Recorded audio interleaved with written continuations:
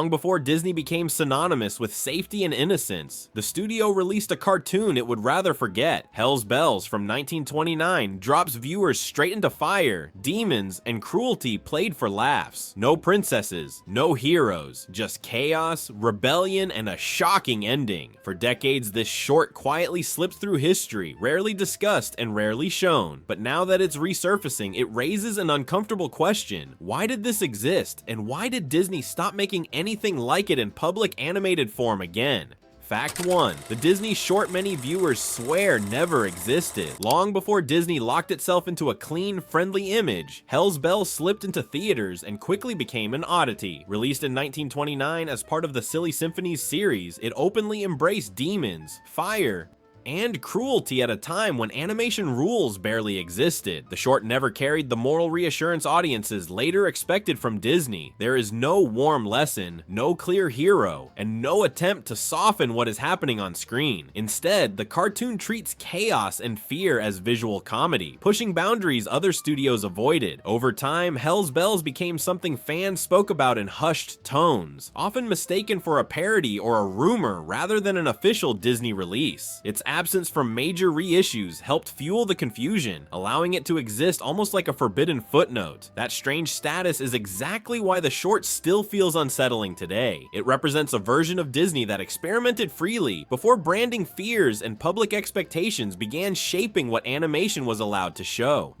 That freedom would quietly disappear soon. Fact 2. A hell shown without filters from the very first second. From the opening frames, Hell's Bells makes it clear it has no intention of softening anything. The short begins with flames filling the entire screen, grotesque creatures appearing directly toward the camera, and a constant sense of visual threat. There is no buildup, no light humor to ease the impact. The viewer is thrown straight into a loud, chaotic, exaggerated hell, where fire, monsters, and chases are treated as part of the spectacle. This choice was unusual even for the late 1920s, when many studios still balanced horror and comedy with some degree of caution. Here, there is no such balance. The setting is aggressive, the characters are intentionally disturbing, and the environment seems designed to cause unease rather than comfort. The result is a short that still feels too intense today to fit the label cartoon. This hell is not symbolic or distant. It is presented as an active, living, hostile stage, reinforcing the idea that Hell's Bells was never meant to please families, but to test how far animation could go at the time. Fact 3. UB Iwerks using animation as an extreme experiment. In Hell's Bells, UB Iwerks was not just animating characters, he was testing the physical limits of animation itself. Bodies stretch, bend, and deform in almost aggressive ways, creating a constant sense of visual instability. Walls take on impossible shapes, creatures change form mid-action, and movement never feels comfortable or predictable. This approach has less to do with storytelling and more with impact.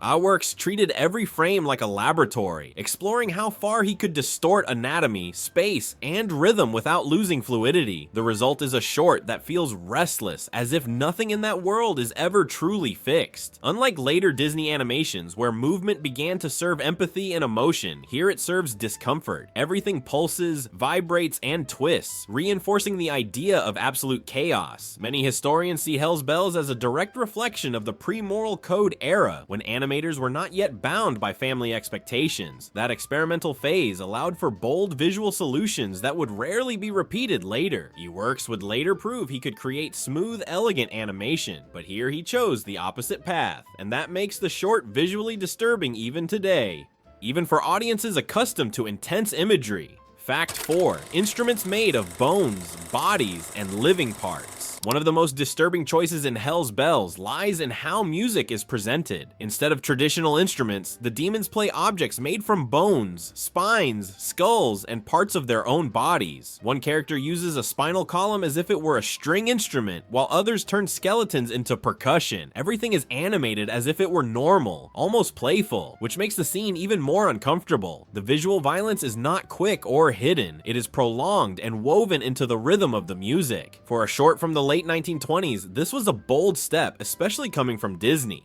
The idea of bodies being used as musical objects strips away any sense of innocence modern audiences associate with the studio. This kind of macabre humor feels closer to grotesque satire than children's comedy. Even today, these images stand out for feeling out of place, almost illegal within the Disney catalog. They help explain why the short was hidden for so long and why many viewers still react with shock when they realize this was not made by an underground studio, but by Disney itself in its earliest creative years.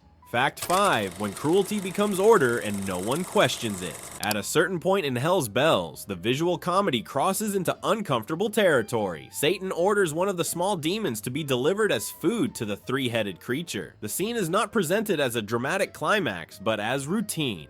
There is no shock among the characters, no moral reaction. The idea of someone being sacrificed is simply part of how that world works. That coldness is what makes it so disturbing. The chosen demon is not a villain or someone special. He is simply disposable. The animation treats this moment with the same rhythm as the musical scenes, as if it were just another gag in the spectacle. For an animated short, especially one later associated with Disney, this feels brutal. Total submission to authority is shown without question, reinforcing a world where power decides everything, including who gets to live or disappear. There is no traditional suspense, only acceptance. It is precisely this normalization of cruelty that makes the scene so strange even today. The discomfort does not come from what happens, but from how it happens. And that sets the stage for something no one in that hell seemed to expect. Fact 6. The refusal that breaks the logic of hell. Unlike all the other characters, one of the small demons simply refuses to accept the fate imposed on him. When he realizes he will be used as food, he panics, runs, and for the first time in the short, a gesture appears that does not follow the rules of that world. This refusal is important because it breaks the logic of total submission shown up to that point. Until then, no one questions orders, no one reacts, no one tries to escape. Hell functions like an automatic machine of obedience.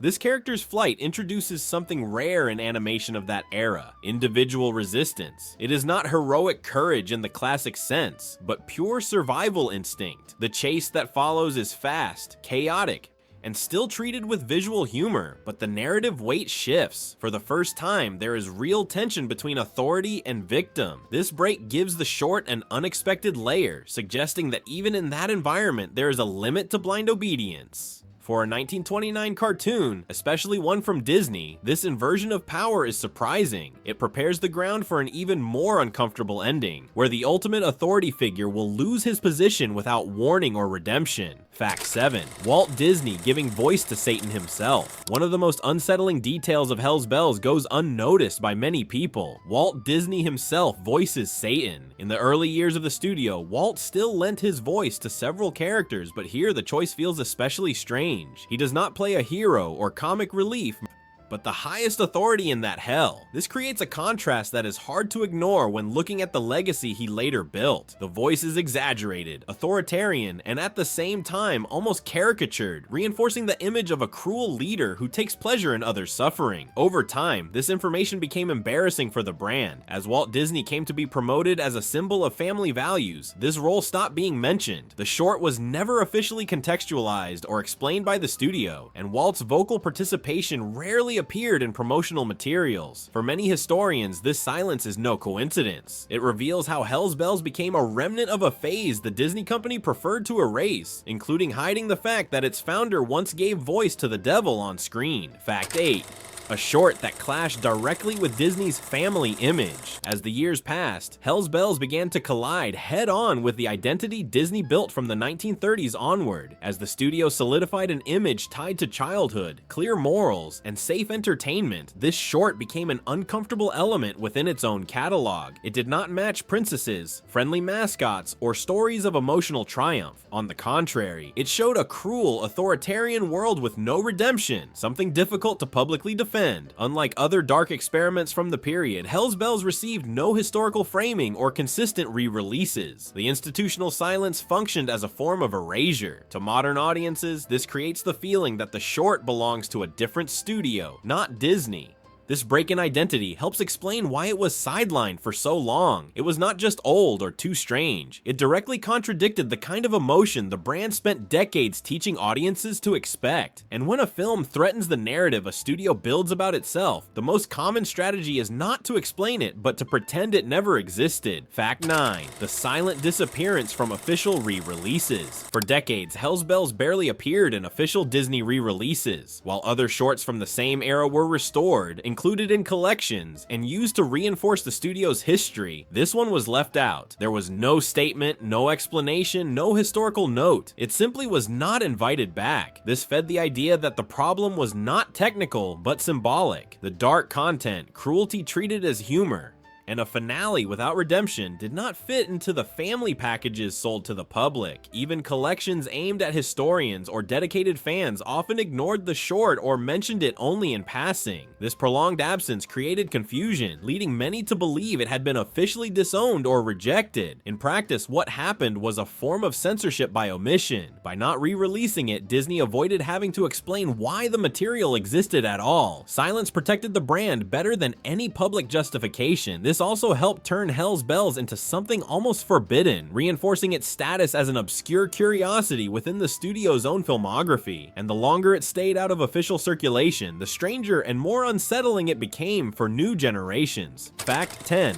Survival as a forbidden work in the alternative circuit. Even outside official channels, Hell's Bells never completely disappeared. The short survived thanks to collectors, specialized archives, and copies that circulated beyond Disney's direct control. For years, it was shown in themed screenings, experimental animation showcases, and educational materials tied to film history. This parallel circulation helped create a nearly clandestine aura around the cartoon. For many viewers, their first encounter with Hell's Bells came with surprise and disbelief, as if it could not really have been produced by the same studio that made Snow White. The label Forbidden Cartoon became part of its reputation, even without an official ban. This marginal status turned it into a cult object, especially among historians and fans interested in the stranger side of classic animation. The more the studio avoided mentioning it, the more curiosity it generated. Existing outside the traditional circuit preserved the short's impact, preventing it from being softened or recontextualized. In this way, Hell's Bells continued to exist as an uncomfortable piece of Disney history, kept alive precisely because it did not fit into the brand's official narrative. Fact 11. The unexpected return after entering the public domain. For decades, Hell's Bells remained trapped in a legal and institutional limbo that made its official rediscovery difficult. That changed when the short finally entered the public domain, allowing it to be legally shown, restored, and shared without Disney's authorization. This marked an important turning point.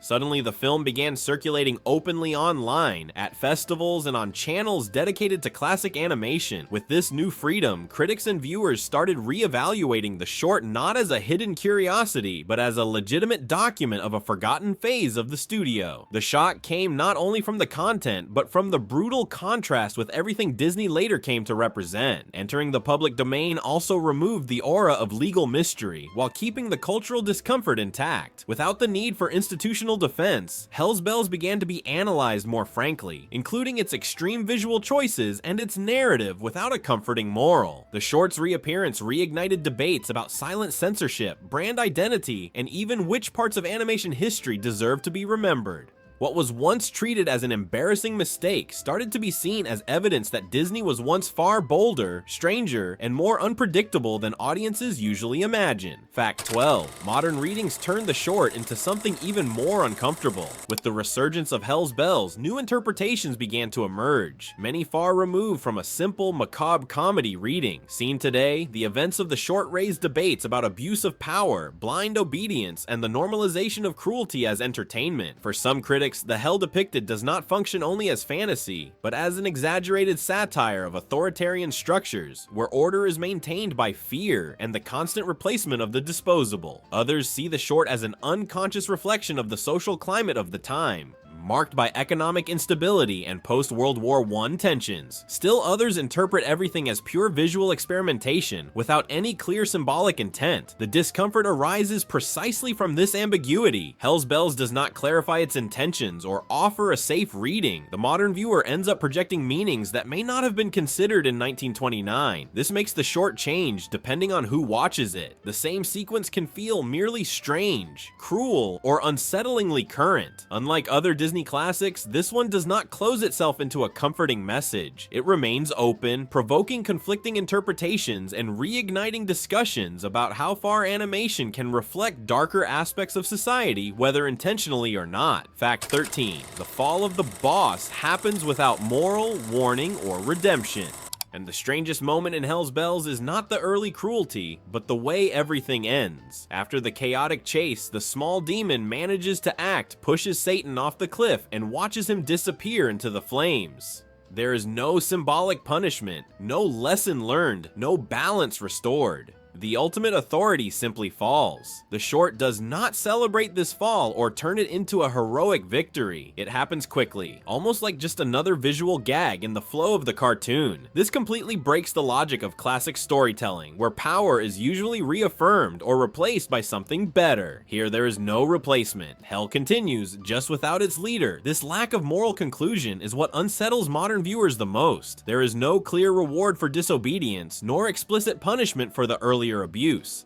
The ending feels indifferent to consequences, reinforcing a sense of emptiness and chaos. For a studio that would later become a specialist in restorative endings, this conclusion feels almost provocative. It suggests that the animation never intended to teach something positive, only to provoke discomfort. And perhaps that is exactly what made Hell's Bells impossible to defend within Disney's official narrative for so many decades. Fact 14. The short Disney never tried to explain to the public. Even after decades of analysis, Hell's Bells remains one of the few Disney shorts that never received a clear official explanation. There were no retrospective interviews, institutional essays, or attempts at historical repositioning by the studio. Unlike other problematic works that gained warnings, context, or softened edits, this one was simply ignored. That silence is revealing. It suggests that Hell's Bells was not just dated or strange, but too uncomfortable to be folded into the company's public narrative. Acknowledging it would mean admitting that Disney was also born exploring cruelty, chaos, and dark humor without a moral filter. Over time, the short came to exist only in spaces where the brand did not need to defend itself: archives, academic studies, and fan circles. The result is that Hell's Bells became a kind of institutional